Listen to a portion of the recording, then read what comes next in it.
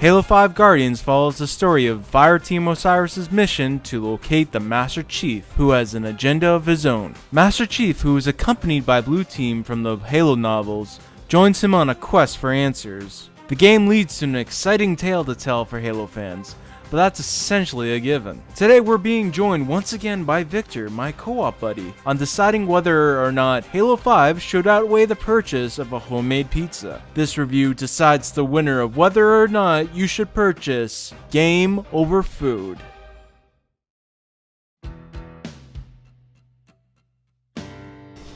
So we just had a pizza. It was barely a pizza. Kind of like Halo 5, barely a Halo game. Oh, no, I'm kidding.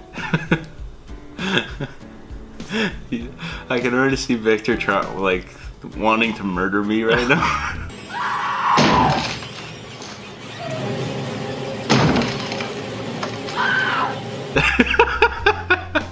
There's not much to say. Well, it was a really bad pizza. I was really hungry, so it didn't bother me. Pretty much the verdict's already in.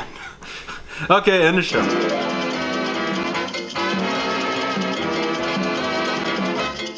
No. Well, let's talk about the game. Multiplayer I really enjoyed. At first I couldn't get into it. I felt like I got worse at Halo, but truth is, after playing Halo, the Master Chief Collection, I noticed that when I was playing multiplayer on that, I was doing fairly decent. I'm no MLG pro, but when I was playing it, I noticed that I'm still the same. I'm usually winning. With Halo 5, there's not much of an aim assist. That being said, there are still some really cool features in Halo 5. There's Warzone, which is pretty much big team battle with a little bit of AI opponents that you can face off against, and I thought that was really neat. You're just holding down bases and you're trying to acquire points, and that's pretty much the gist of Warzone. Yeah, so other modes like in the arena, which is more like Team Slayer or Free For All or Capture the Flag, or is there assault in it? No. There is no assault. So that means no more Griffball. Have you tried Breakout? Yeah, I tried Breakout. I hate it. You actually hit it? Yeah. But I only hate it for one reason. I hate it because I feel like the hitboxes for heads is a lot different compared to any other mode. I feel like I can get headshots consistently in Team Slayer, Team Arena, and SWAT, but then as soon as I go to Breakout, I feel like I hit people in the dome, right in the center of the head multiple times. It doesn't register as a headshot. I don't know, I just don't like it because of that. I would like it perfectly fine otherwise, but I feel like the hitboxes are wrong. But let's talk about how the armor abilities and stuff affect multiplayer. So a lot of people, like when they added the armor abilities, well, Reach it was implemented poorly. Bungie hasn't been able to balance a game since probably the 90s. And in Reach it was implemented poorly. Halo 4 was the same way, it wasn't done that well, and people just wanted to go back to traditional Halo, which I don't blame them for. I wanted that too, but 343 has finally managed a way to implement armor abilities, I feel, in a way that's still competitive while giving people new things to do in Halo, and I so far I'm really enjoying it. You don't have anybody flying around in stupid jetpacks or doing stupid armor lock or anything like that. All the armor abilities do is increase movement. The armor abilities are really balanced, and same thing with the weapons. You know, they finally made, this is the first Halo game that I've ever played where I don't mind picking up any weapon. Every weapon is good for a certain situation. Overall multiplayer, what's our thoughts? It's good. There's a lot of change to it. You might be a little bit hesitant because of all these changes, but it's actually for the better. Very well balanced compared to past Halos. I would say one of the more fun Halo experiences that I've had in a very long time. Not that I was worried or anything, but I didn't think I'd actually care about the multiplayer in this game. I just really enjoy it. I love the weapon balance. I love the armor abilities. Overall, I love it.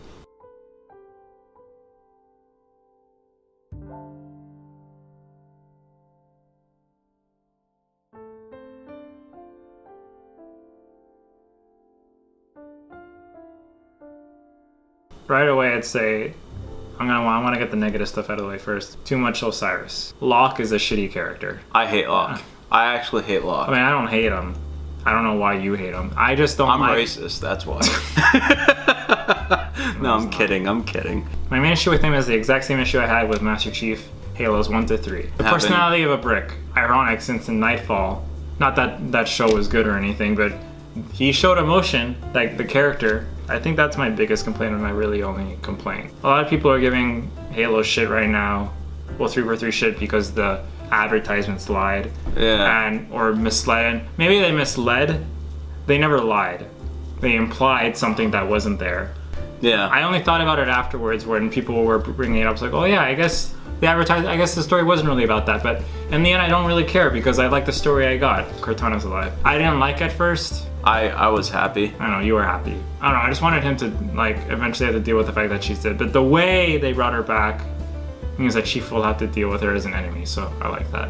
Here's a problem with Halo 5, and it's not a problem for me, I'm talking about generally. 343 is putting a lot of lore into their games. It started with 4 by introducing a villain that, unless you read the books that came out like only that year when the game came out, you didn't know who the main villain was, you didn't know half the stuff he was talking about. Yeah. Which, personally, I love because Bungie acted as if nothing outside of the games existed, which frankly I think is to the detriment of the games. But 343 is going in the total opposite direction where they're just including everything from the books, and for me, I love that. Well, I like that too because it makes you want to be interested in the lore. So I really like the enemies in this game. You know, They're actually smart.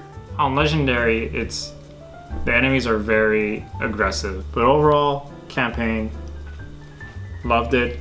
I don't mind the cliffhanger that everyone's bitching about. I like the cliffhanger.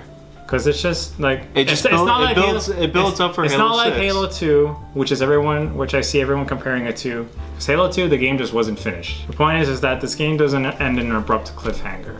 It ends in a cliffhanger, but not an abrupt one like Halo 2. And I was personally fine with it. It makes me excited. Halo 5's ending just builds up for Halo 6, and you can't complain about another excellent game. Like, you guys all enjoyed the game. Also, it's the middle in the trilogy. It's gonna have to end with something to look forward to because it's the second in a trilogy.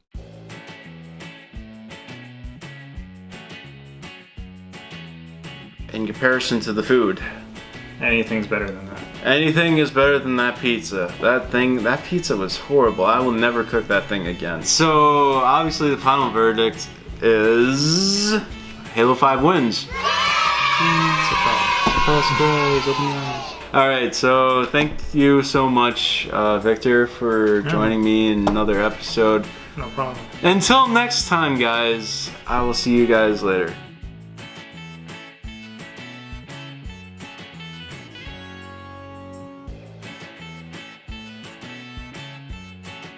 And how to support us on Game Over Food is by buying directly from Best Game Keys.